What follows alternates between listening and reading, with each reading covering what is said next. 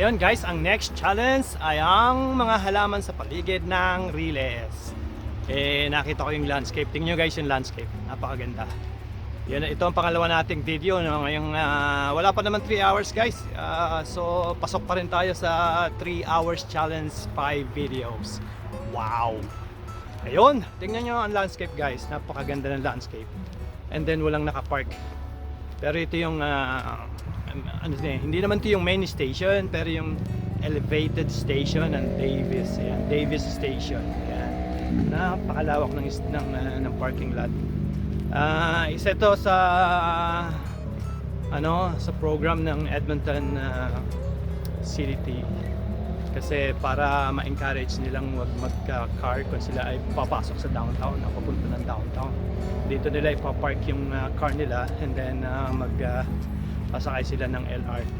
Yun ang ginagawa nila. Pero sa tingin ko mas marami pa rin na gumagamit ng car, especially pag winter time. Summer time nga ngayon, halos wala nang tao. Ginagawa lang praktisa ng mga motor sa lawak na yan guys, tingnan nyo. Tingnan yung lawak ng parking lot pa lang. Walang sasakyan na yan. Yan. Siyang sasakyan kahit isa. Itong landscape nyo.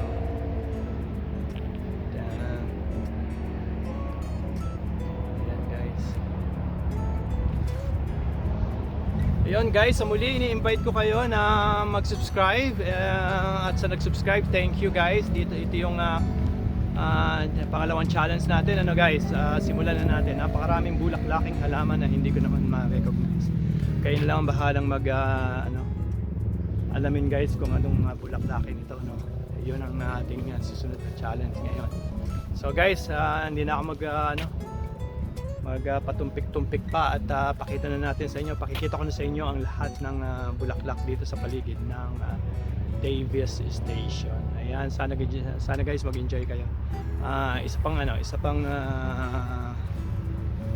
Isa pang parking lot tour. Ayan guys, ayan guys, parking lot. Ayan guys, lawak ng parking lot.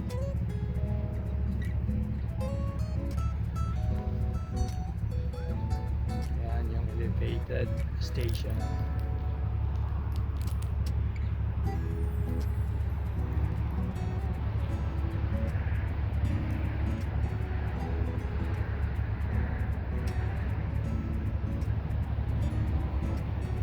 Alright guys, pakita ko na sa inyo mga halaman dito sa paligid. Ito guys, hindi ko alam kung lahat naman ito guys, hindi ko alam. Rose lang ang kilala ko dito sa mga halaman dito sa paligid. Pero ito guys, hindi ko alam kung ano ito. Ayan. Ay, lang inyo sa akin, comment nyo lang sa akin sa comment section down below. Ayan. Para magkaroon tayo ng conversation. Ayun, conversation. Ayan guys, napaka para siyang parang yung tinitira ng salagubang, hindi, ng tinitira ng gagamba. Salagubang tinitira ng gagamba sa atin dyan sa Pilipinas. Yan guys, ito yun. Hindi ko alam kung anong to. Kaya na lang magsabi guys kung anong halaman to. Ayan.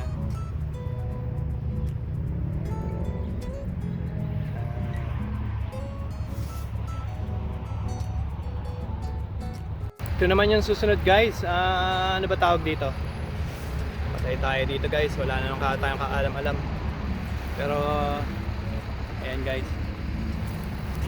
sabihin nyo lang sa akin, i-comment nyo guys kung anong halaman ito. Ayan guys, gusto ko lang share talaga sa inyo yung ganda ng mga bulaklakin dito.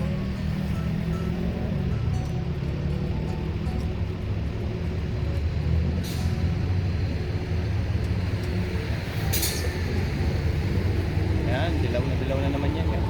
Dilawan.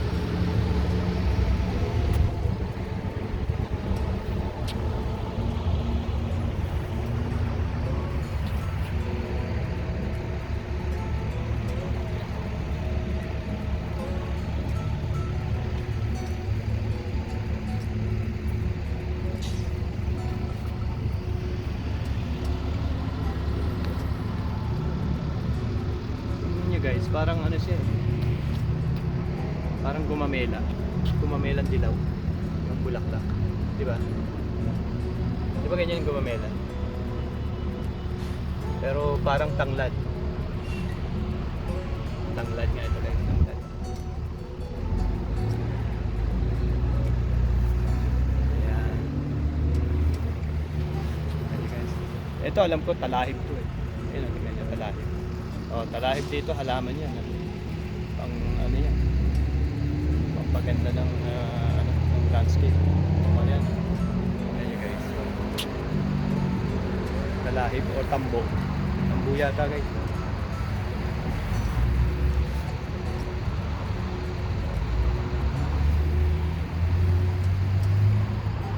Oh yan guys, so more more talahib. Daming talahib oh. Gubat sa atin dito halaman. Pang ornament nila sa sa landscape. Yan.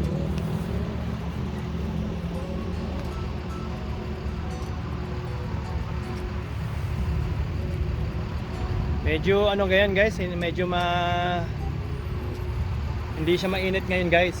Kulimlim ang araw, medyo nung umaga umulan ng malakas. Kaya napaka ang temperature, napakasarap ng temperature ngayon. Mga siguro 16 temperature kasi yung mga nakaraang araw 3 days in a row pumalo siya ng 27. Ngayon yata kanina umaga ng chinek ko is 21 lang or 19. Kaya ang weather dito sa Edmonton is biglang-bigla tataas, biglang-bigla bababa. Please guys, comment nyo lang kung ano tong halamang ito. So guys, isang ito kahit saan to tumutubo. Pero tingnan niyo naman ang niya, tingnan niyo yung para siyang buntot ng pusa. Napaka-pino niya. Or buntot ng anong buntot 'yan, guys? Hindi naman siya What is tambo ba yan, guys? Yan, tingnan niyo guys, ang ganda. 'Di ba? Hindi ko alam kung ano 'to eh. Parang tambo nga eh. Tambong mababa. Pangwalis tambo.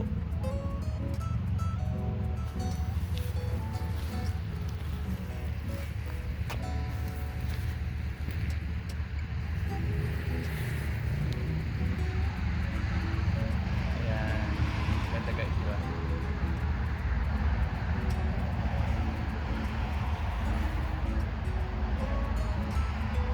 I-comment nyo lang guys dun sa section down below guys para malaman natin kung ano to.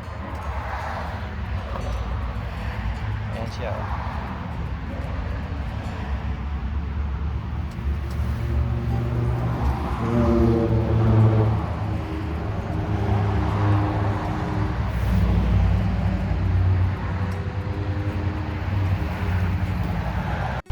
Ito guys, napakadali ito.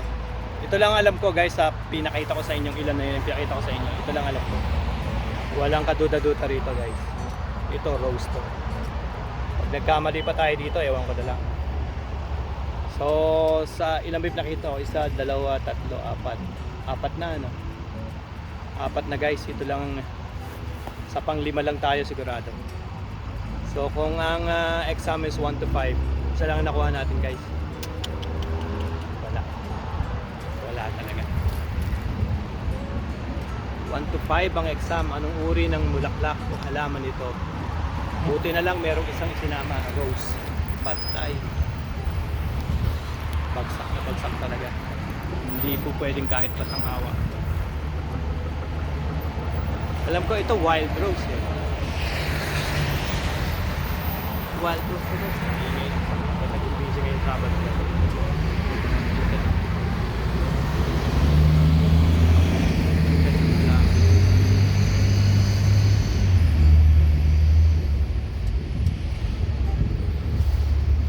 Dito lang tayo tumama guys, grabe ah.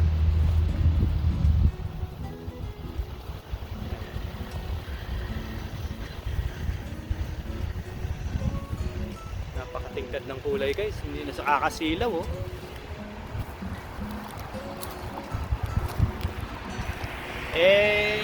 Tamang-tama ito.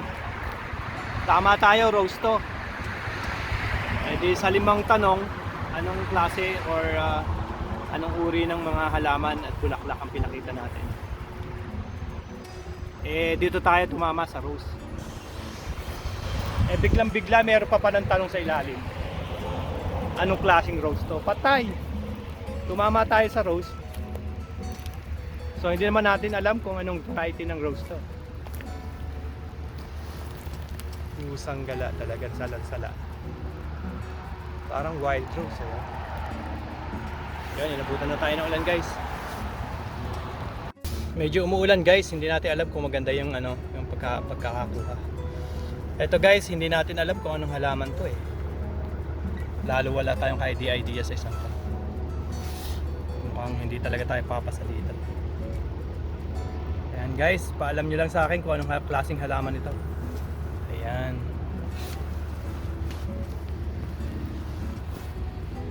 Dito kasi guys, pag summer talagang lumalabas kahit anong uri ng halaman Itong halaman na to, hindi ko alam kung ano. Pero palagay ko ano lang to. Wild lang to, wild plants lang to.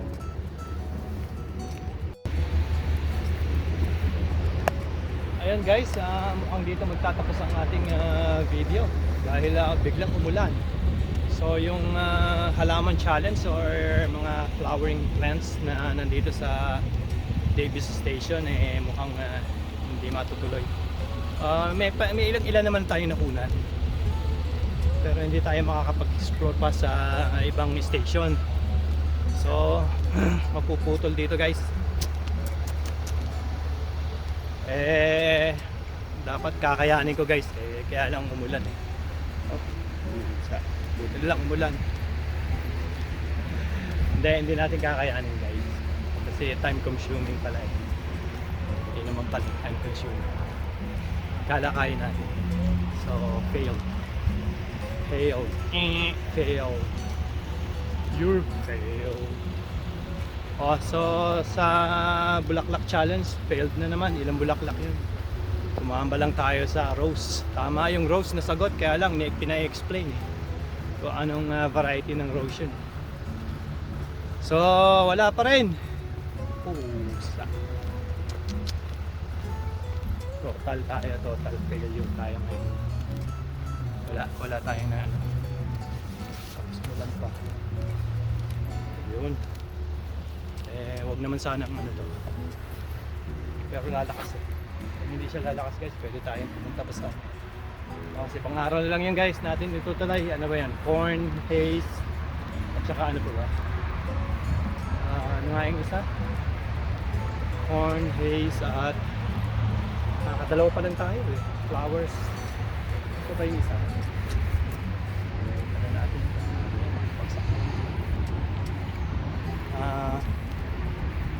Ano nga yung isa guys? Nalimutan natin. Yun ang sagot. Nalimutan. Guys, yung bulaklakin dadagdagan na lang natin sa ibang araw ang i-upload lang natin ngayon guys ay ang LRT tour Valley Line Tour. Ayan.